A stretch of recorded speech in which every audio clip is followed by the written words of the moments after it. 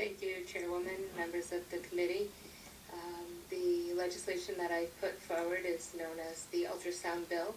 This is the 6th year that I have put this legislation in, so I will not go into all the details that I have in prior years talking about why I've submitted this bill. You all know my personal story to this and why it's meaningful to me.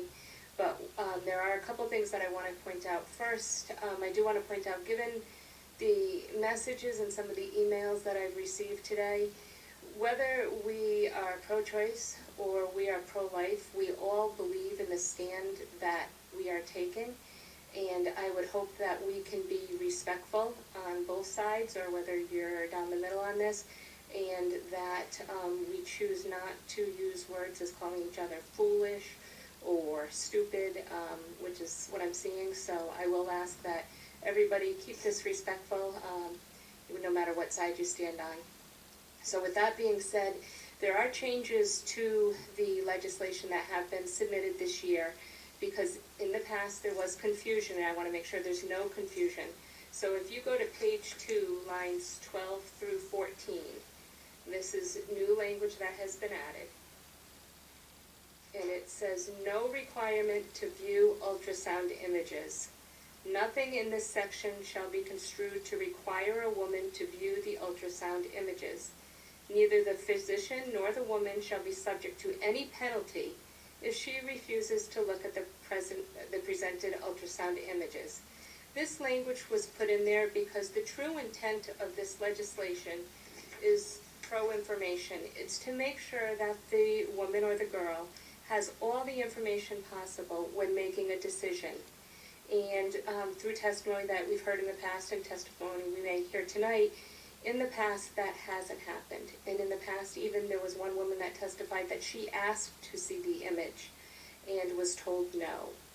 So I wanted to address everybody's concern on that. If a woman says no, no is no. All this legislation is meant to do is to give the woman the availability to view what is on the ultrasound. We've already established that an ultrasound is done, so that's not up for debate anymore. Planned Parenthood does do ultrasounds before they go through the procedure of the abortion. So I just want to point that out, and if there's any questions. I have one question, Representative Macbeth. Yes. I noticed the addition, take note of that. On page 2, lines 8 through 10, you are requiring that a medical description of the ultrasound images be provided, including the dimensions of the embryo or fetus and presence of external members and internal organs. That would be information that the patient would be required to hear. Again, I think we established, and certainly we can make this very clear, if a woman says no, she doesn't want to hear it, she doesn't want to see it, it's done.